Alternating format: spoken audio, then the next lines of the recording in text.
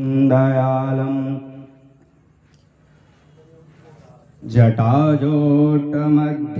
स्फुरद्गाङ्गपारिं महादेवमेकं स्मरामि महेशं सुरेशं सुरारार्तिनाशं विभुं विश्वनाथं विभूत्यङ्गभूषं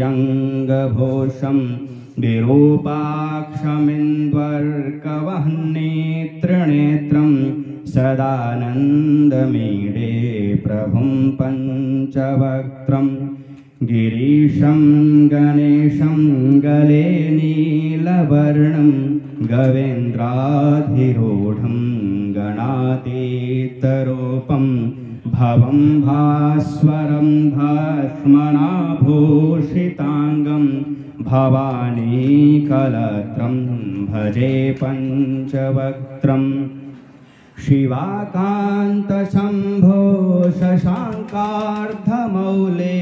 महेशानशूलिं जटाजोटधारिन् त्वमेको जगद्व्यापको विश्वरूप प्रसीद प्रभो पूर्णरूप परात्मानमेकं जगद्बीजमाद्यं निरीहं निराकारमोङ्कारवेद्यं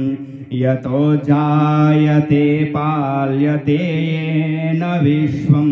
तमीशं भजे लीयते यत्र विश्वम् न भूमिर्न चापो न वह्निर्न वायुः न चाकाशमास्ते न तन्द्रा न